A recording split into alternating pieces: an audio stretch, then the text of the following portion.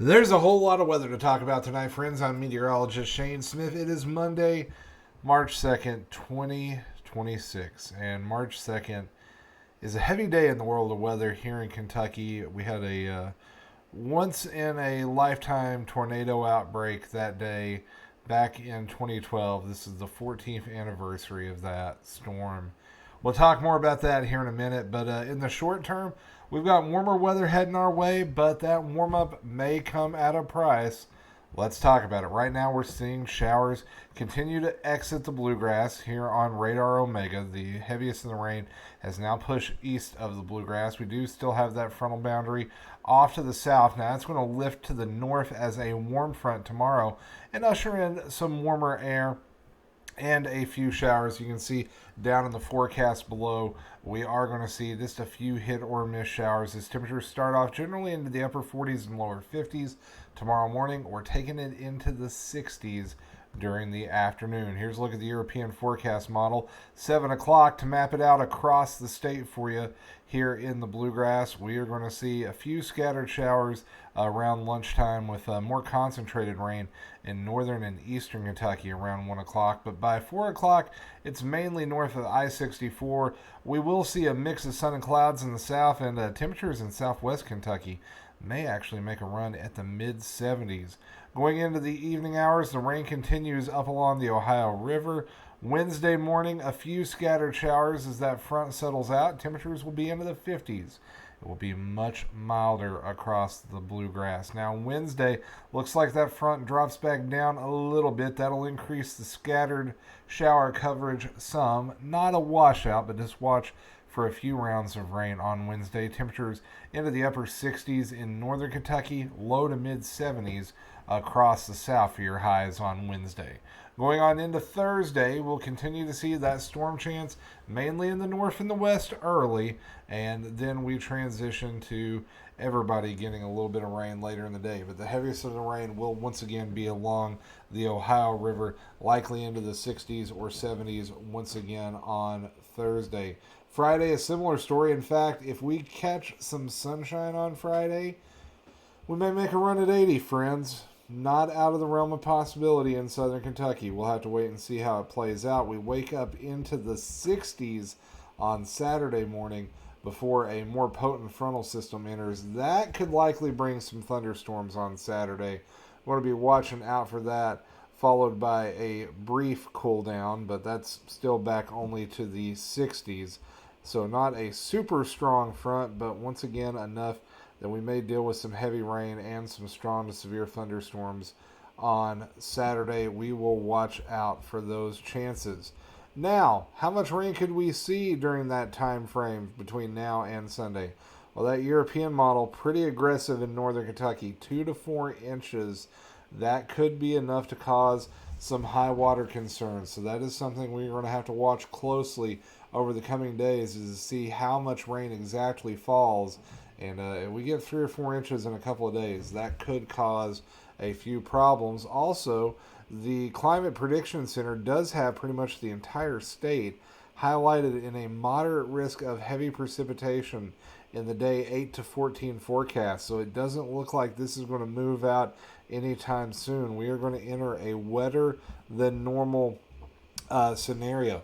Now, also on Wednesday, with a few of those showers in northern Kentucky, there is an ever so slight risk, a marginal risk, a 1 out of 5 on the severe weather scale for the potential of some damaging winds, maybe an isolated severe thunderstorm or two. So not a great risk, but it is on that 1 out of 5 on the severe weather scale. Now let's take a look at what some of the ensemble modeling is showing for rainfall over the next week. The European model, not as aggressive as its, or at least the European ensemble, not as aggressive as the operational model, going a little bit lower, but the same general idea. Same for the AI enhanced version, a general 2 to 3 inches across the northern part of the state.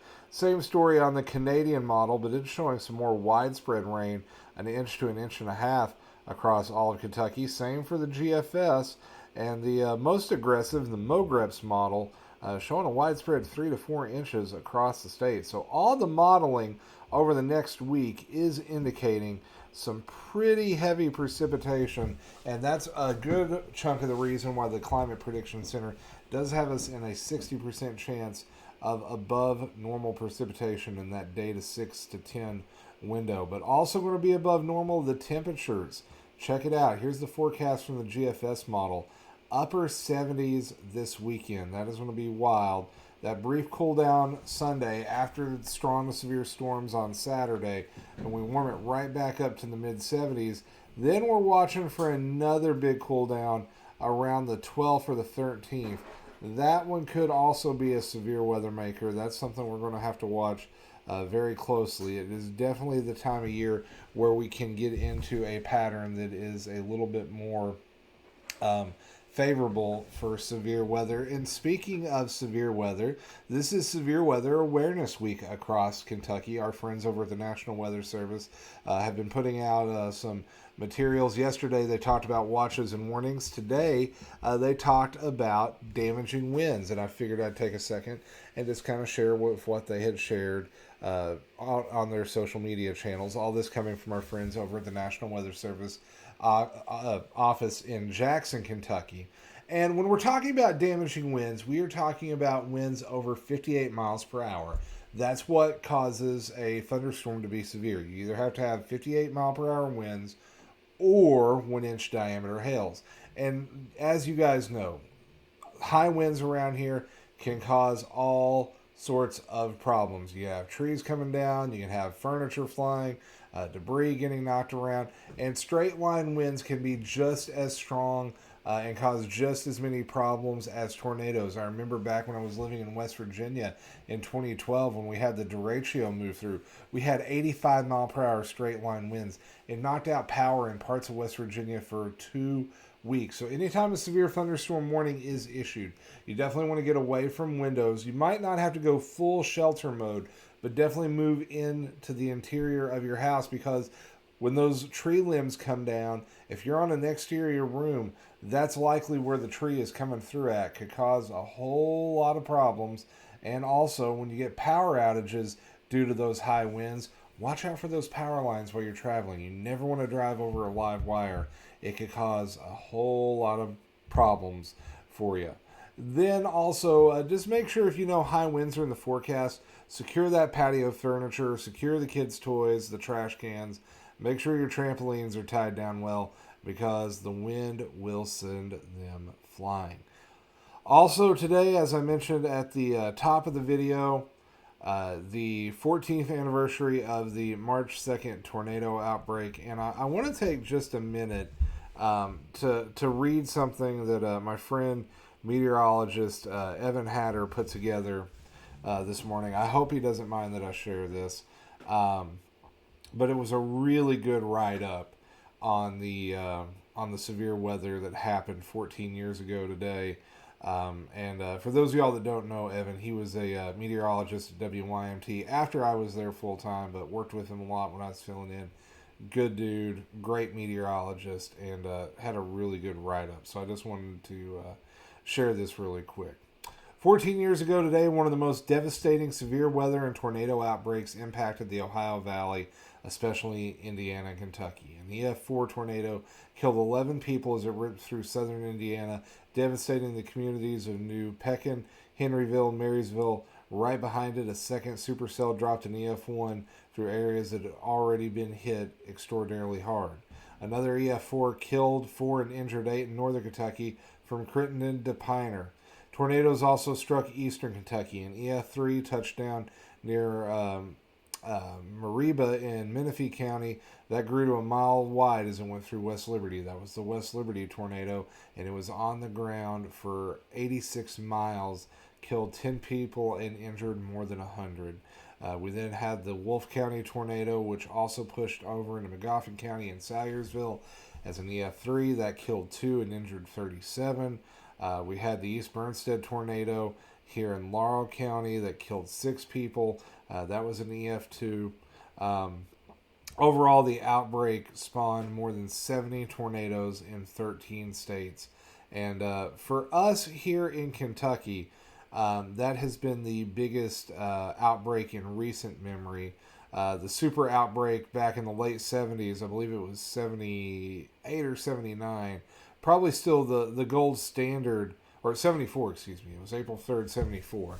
That's still probably the gold standard for severe weather outbreaks in Kentucky. But in modern times, this was definitely one of the worst ones. And I think back to this often. I was home that day.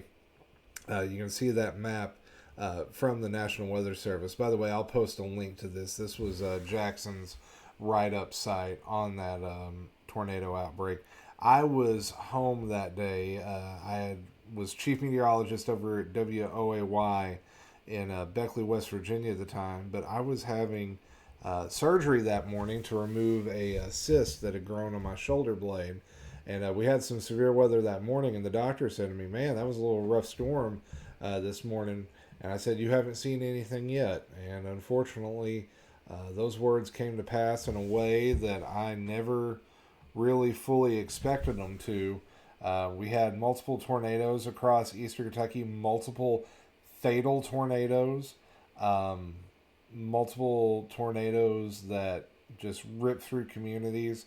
I remember seeing the picture of the West Liberty tornado for the first time and just almost starting to cry.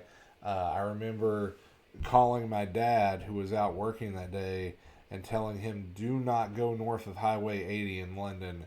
There's probably going to be a tornado come through Laurel County." And sure enough, the East Bernstead tornado hit there. I think it was just a little bit before 6 o'clock, if memory serves.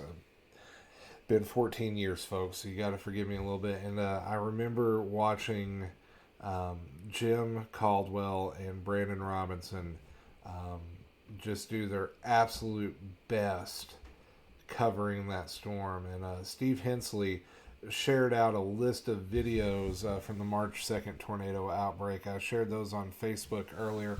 I'll post that on YouTube in the description below. But if you want to see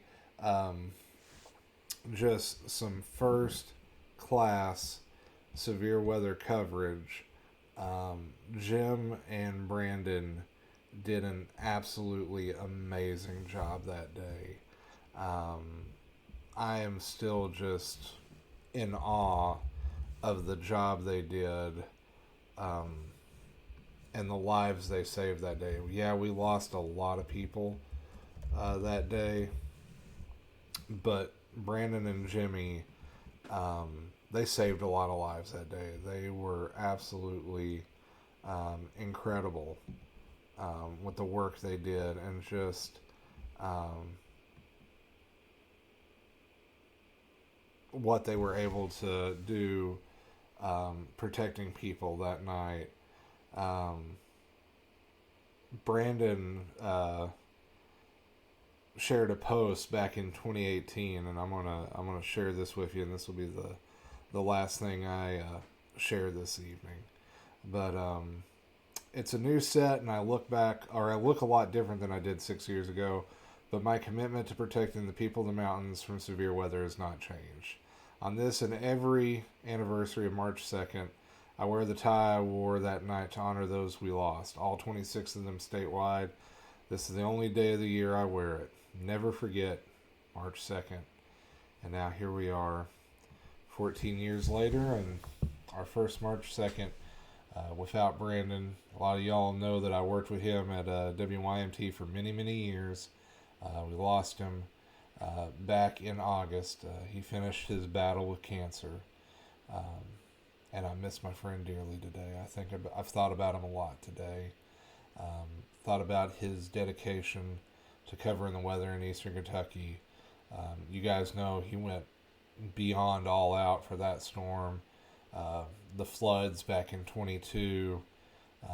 Even when he was sick and at home, was texting Eric Dean and Megan during our tornado here in London back last May. So on this day, we remember those lost, and I remember my dear friend. So that's going to do it for tonight, friends. We will talk more about the big warm-up and the potential for some heavy rain and severe weather later in the week, throughout the week, so keep checking in for that, I'll be sharing more of those severe weather awareness week things from our friends in National Weather Service this week. And just take a minute today to make sure you got a plan for when severe weather hits. It's what Brandon would want you to do. All right, friends, with that, I'm going to go ahead and sign off. I'm meteorologist Shane Smith. Take care. Stay weather aware. I'll see you guys next time.